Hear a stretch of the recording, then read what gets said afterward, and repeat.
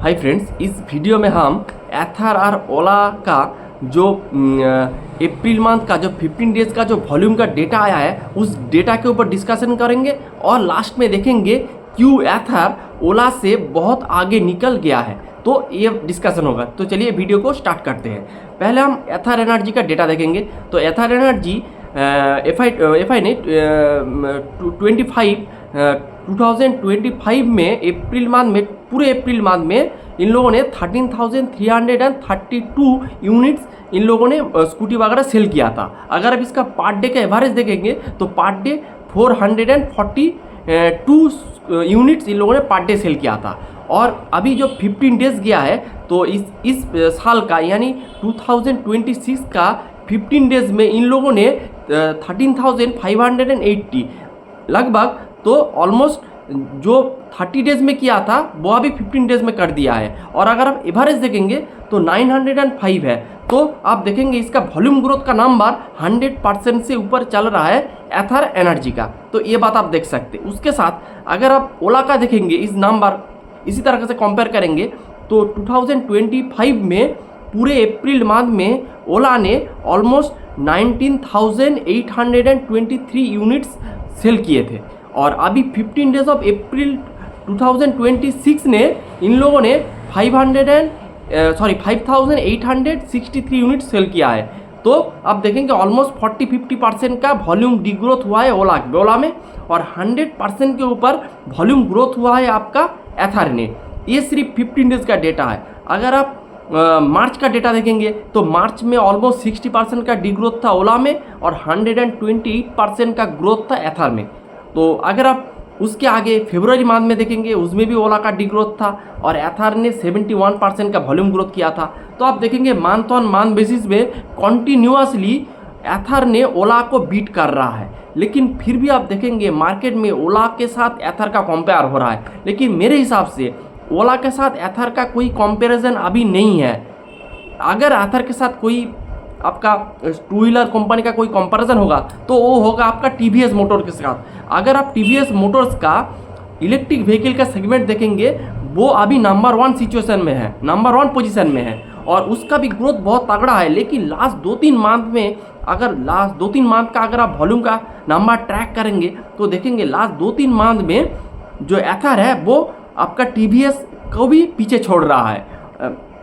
लेकिन total number of sales में अभी भी टीवीएस नंबर 1 पे है और सिर्फ टीवीएस इलेक्ट्रिक सेल में, और जो आपका जो पेट्रोल वाला इंजन सेल करता है वो अलग का है। और इस वीडियो में मैंने क्यों ओला और एथर को लिया क्योंकि दो स्पेसिफाइक आपका इलेक्ट्रिक टू व्हीलर में काम करता है, ये बात है। तो ओला के साथ एथर का कोई कंपैरिजन नहीं है। अगर आपको कंपैरिजन करना ही है तो आप टीवीएस के साथ एथर का कंपेयर फिर भी कर सकते हैं क्योंकि वो भी एक बहुत अच्छे रेट से ग्रो करने वाला एक प्लेयर है और एथर भी है। और ओला अपना मार्केट से लूज कर रहा है और पहले 1 नंबर पोजीशन में था, आप शायद 5 या फिर 6 पोजीशन में है।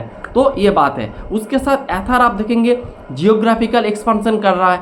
तो अब जियोग्राफी पहले साउथ इंडिया बेस्ड कंपनी था, वो फिर middle India, rest of India, पूरे पैन इंडिया में स्प्रेड कर रहा है। उसके साथ ये तो वॉल्यूम ग्रोथ हो रहा है, उसके साथ वैल्यू ग्रोथ हो रहा है। उन्होंने हर एक स्कूटी का 3 से 4 हज़ार रुपया जो वैल्यू ग्रोथ किया है उसका भी इफेक्ट उसका रेवेन्यू में आएगा जो Q4 में आपको देखने को मिल जाएगा, ये बात है। फिर आपका जो एक्सपीरियंस सेंटर यानी कि जो सर्विस सेंटर खुल रहा है, मैनेजमेंट का टारगेट था FY26 के एंड में ये लोग 700 एक्सपीरियंस सेंटर खोलेंगे। और अभी जो Q3 कंप्लीट हुआ था उसमें ये लोगों ने 600 सर्विसिंग जो एक्सपीरियंस सेंटर अभी खोल दिया है। तो ये लोग जो गाइड किया था उसके आसपास ही पहुंच जाएगी, इसमें कोई दिक्कत नहीं होगा। तो ये बात है।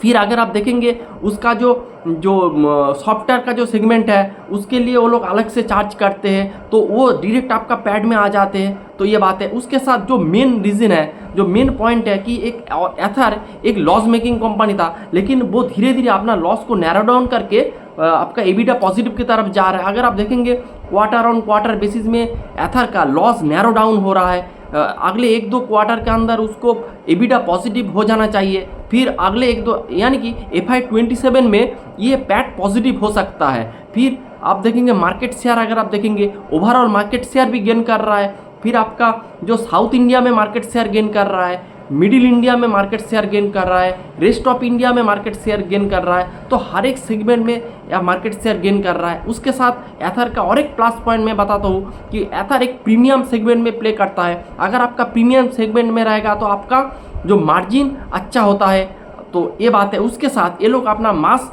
जो प्रोडक्ट जो लोग हैं उस लोगों को कैटर करने के लिए उन लोगों ने एक मास मॉडल आना है EL01 करके, जिसका प्राइस होगा 1 लाख के अंदर होगा। तो उसमें भी इसको मार्केट शेयर और भी अच्छे से गेन करने को मिल जाएगा।